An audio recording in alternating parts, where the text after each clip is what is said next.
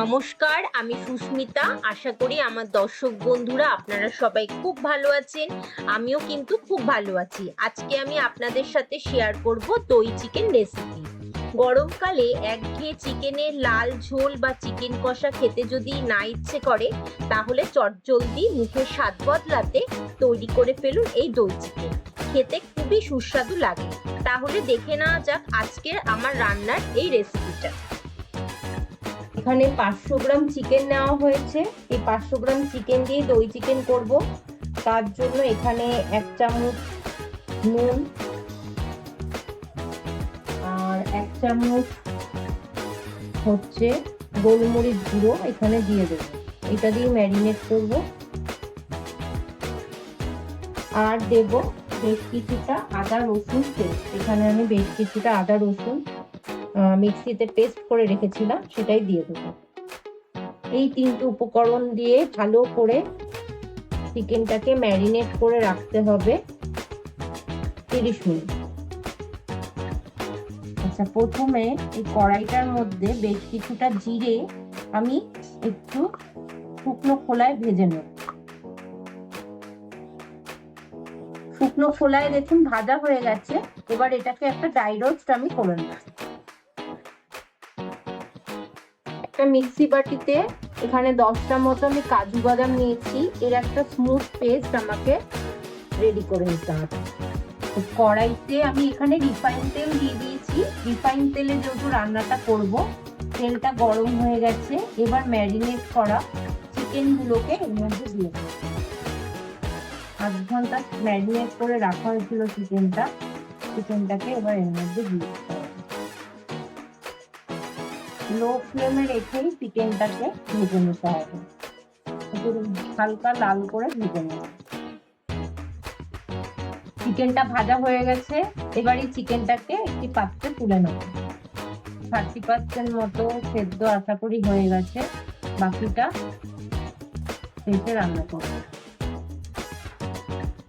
যেটুকু তেল আছে তেলের মধ্যে ফোড়নও দিয়ে দিতে হবে। শুকনো লঙ্কা, 3টে এলাচ আর অল্প একটু দারচিনি, এই লাগবে ফোড়ন।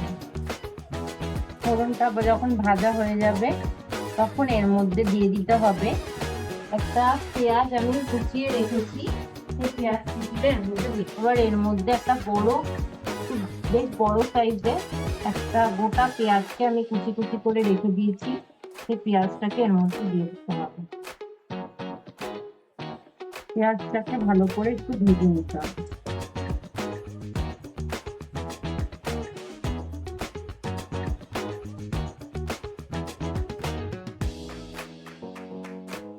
পেঁয়াজটাকে একটু লাল করে ভেজে নেব লো ফ্লেমে রেখে।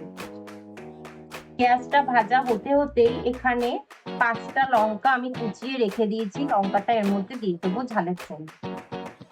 এই লঙ্কা আর পেঁয়াজটাকে লো ফ্লেমে রেখে ভালো করে ভেজে নেব। গ্যাসের ফ্লেমটা হাইতে রাখবো। পেঁয়াজ আর লঙ্কাটা ভালো করে ভাজা হয়ে গেছে। এবার এর মধ্যে বেশ কিছুটা ধনে গুঁড়ো আমি দিই। ধনে গুঁড়ো দিয়ে এটাকে ভালো করে মিশিয়ে নেব। গ্যাসের ফ্লেমটা এই সময় একদম লো করতে হবে।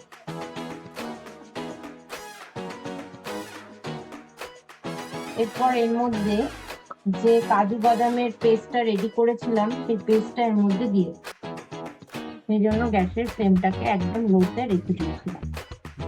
ভালো করে এটাকে মিশিয়ে নেব।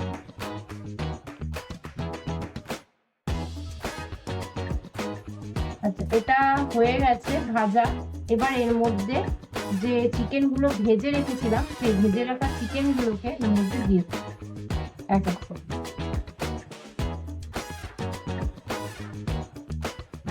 ম্যারিনেট করার সময় আমি নুন দিয়েছিলাম। এবার অল্প একটু নুন আবার আমি দিয়ে দিলাম।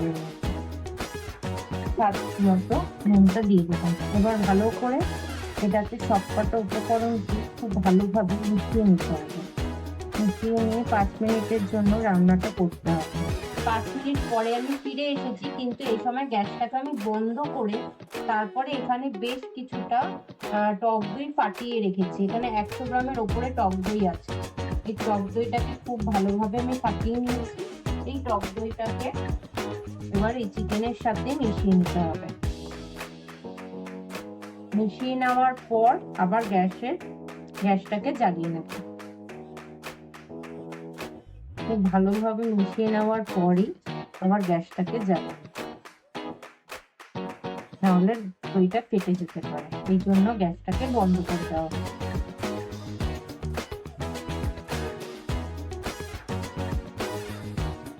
এবার আমি গ্যাসটাকে অন করে দেবো, কিন্তু গ্যাসটা লো ফ্লেমে রেখে রান্নাটা করব। এবার ঢাকা চাপা দেবো। 10 মিনিটের জন্য রান্নাটা করার জন্য ঢাকাটা চাপা দিয়ে দেবো। চাপা দিয়ে লো ফ্লেমে রেখে 10 মিনিটের জন্য রান্নাটা করব। 10 মিনিট পরে ফিরে এসেছি। এবার ঢাকনাটা তুলে দেখবো রান্নাটা কতটা কি হয়েছে। দেখুন রান্না আমার চিকেন খুব ভালোভাবে হয়ে গেছে, যেহেতু আজকে এটা রান্নাটায় কোনো রকম জল অ্যাড করিনি, তাই জন্য চিকেনের থেকে যতটা জল বেরিয়েছে তার মধ্যেই চিকেনটা সেদ্ধ হয়ে গেছে। অল্প একটু কসুরি মেথি দিয়ে আর ভাজা জিরেটা ড্রাই রোস্ট করেছিলাম তার কিছুটা মশলা এখানে দিয়ে, ছোট চামচ বলে আমি 4 চামচ দিলাম। দিয়ে এবারে চিকেনের সাথে ভালো করে মিশিয়ে নিতে হবে। কাসুরি মেথি আর এটা দেওয়া। রান্নাটা দেখুন আমার প্রায় হয়ে গেছে, কিন্তু সবার শেষে কিন্তু একটা জিনিস অবশ্যই আপনারা দেবেন, দিয়ে রান্নাটা ফিনিশ করবেন। এখানে বেশ কিছুটা আমি ধনেপাতা কুচিয়ে রেখেছিলাম, এই ধনেপাতাটা আপনারা এর মধ্যে দিয়ে এই চিকেনের সাথে মিশিয়ে 1 মিনিটের মতো রান্নাটা করে গ্যাসটা বন্ধ করে দেব। গ্যাসটাকে বন্ধ করে দেব, তারপরে ঢাকা চাপা দিয়ে স্ট্যান্ডিং টাইমে আরো 5 মিনিটের জন্য রেখে দেব।